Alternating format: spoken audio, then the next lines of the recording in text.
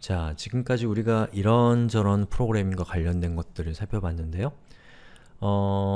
지금부터 배우는 내용은 굉장히 중요한 부분이에요. 앞에서 우리가 배웠던 것들은 어떻게 보면 계산기에도 있는 기능입니다. 그런데 지금 우리가 배우는 이 조건문이라고 하는 것부터는 정말로 컴퓨터의 영역이라고 할 수 있는 부분으로 접어들고 있는 거예요. 자, 조건문이라는 것은 어떠한 이 상황에 따라서 이렇게 해도 되고 저렇게 해도 되는 겁니다. 어떤 조건에 따라서 컴퓨터가 이렇게도 동작하고 저렇게도 동작하게 하는 것이 바로 조건문입니다. 자, 그래서 자바스크립트와 PHP의 조건문은 거의 똑같아요. 사실상 똑같습니다.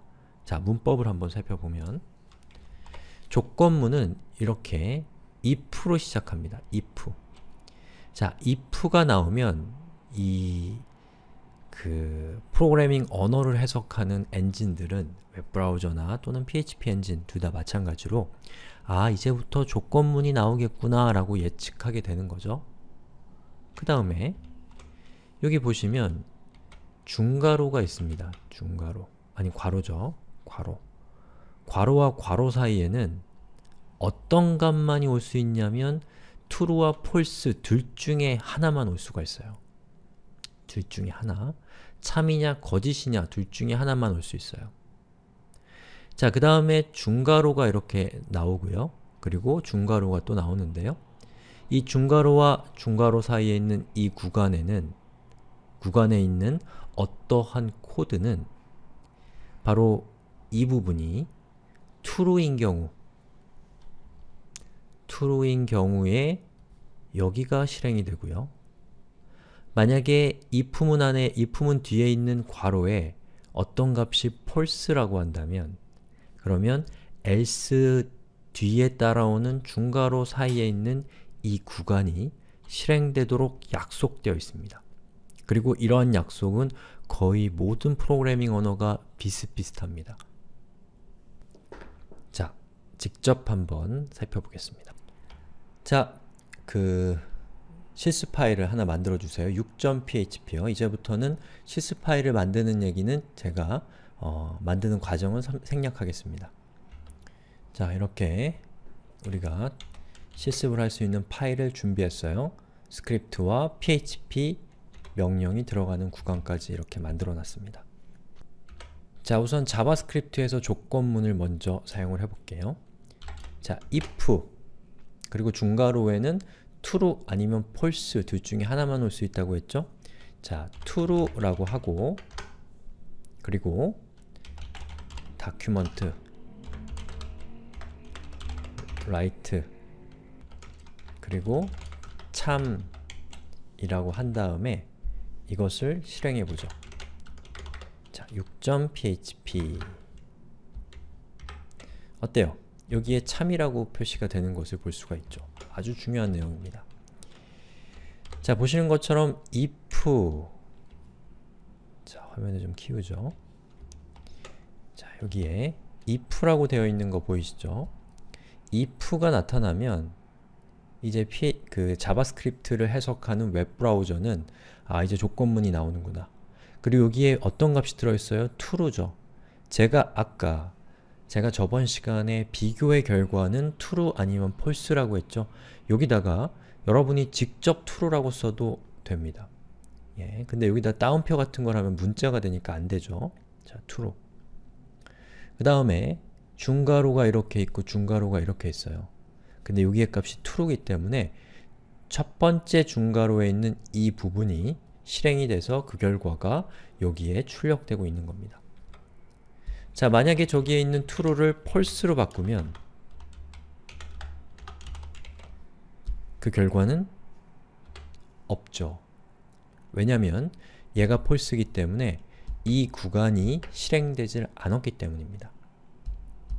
자, 만약에 이런 상황에서 참이면 어떤 것을 실행하고 거짓이면 다른 것을 실행하게 하도록 할 수 있어요.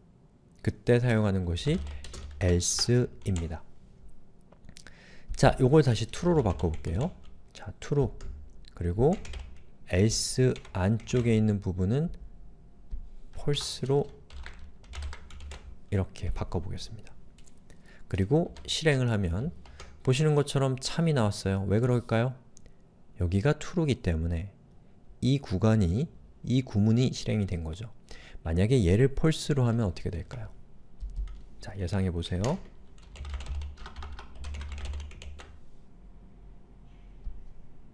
거짓이 나옵니다. 아시겠죠? 자, 그러면 조금 더 개선된 예제로 저기 true, false라고 저렇게 적어놓는 것은 아무런 의미가 없어요. 왜냐하면 if문, 조건문이라는 것은 상황에 따라서 이렇게도 동작하고 저렇게도 동작하게 하는 건데 지금 여기는 상황이 고정돼 있잖아요. true나 false라고 딱 박혀 있잖아요. 자, 물론 지금도 고정되어 있는 상황이긴 합니다. 자, 이렇게 하면 이 결과는 뭐예요? 이만큼이 true이기 때문에 얘는 참이 됩니다. 그리고 얘가 2라면 이만큼은 false가 되기 때문에 얘는 거짓이 출력됩니다. 됐죠? 여전히 이 부분은 고정된 상태예요. 자, 저 부분을 고정되지 않은 상태로 바꾸려면 저기에다가 우리가 변수를 넣어주면 되겠죠. 예를 들면 result란 이름의 변수를 넣어주겠습니다. 자, 여기에 있는 result는 아무 이름이나 쓰셔도 상관없는 거예요. 자, result 라는 변수 이름을 쓰고요. 아이고, 이렇게죠. 달러는 php에서. 그리고 result에다가 result는 1 이렇게 하면 좀 보기가 편하겠죠? 이렇게 해주면 어떻게 될까요? 자, 우리가 컴퓨터가 돼서 실행을 시켜보죠. 자, 괄호 안에 있는 게 먼저 실행이 되잖아요. 수학처럼. 자, 여기 있는 게 실행이 되면 얘는 결과가 true. 그러면 이 true라고 하는 결과가 이 equal로 인해서 result의 값이 되면 result는 이제 true의 값을 갖게 됩니다. 얘가 true이기 때문에 참을 출력하겠죠. 한번 실행을 시켜볼까요? 자, 실행 결과는 참입니다. 자, 어때요?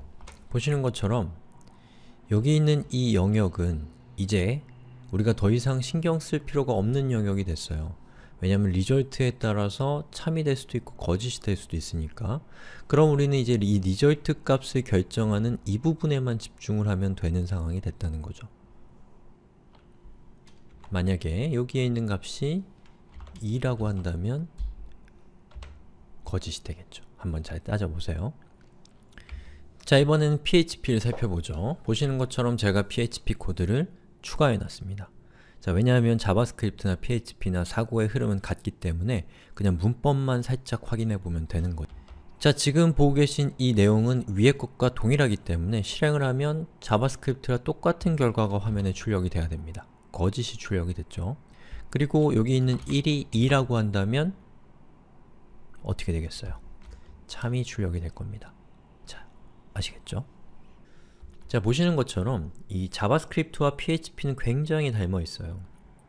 그런데 그게 자바스크립트와 PHP만 닮아 있는 것이 아니라 C나 자바나 C샵이나 이런 많은 언어들이 문법이 거의 비슷하거나 아니면 다르다고 하더라도 이런 개념적인 측면, 조건문이라고 하는 그 개념 자체는 모든 언어가 다 가지고 있다고 보시면 됩니다.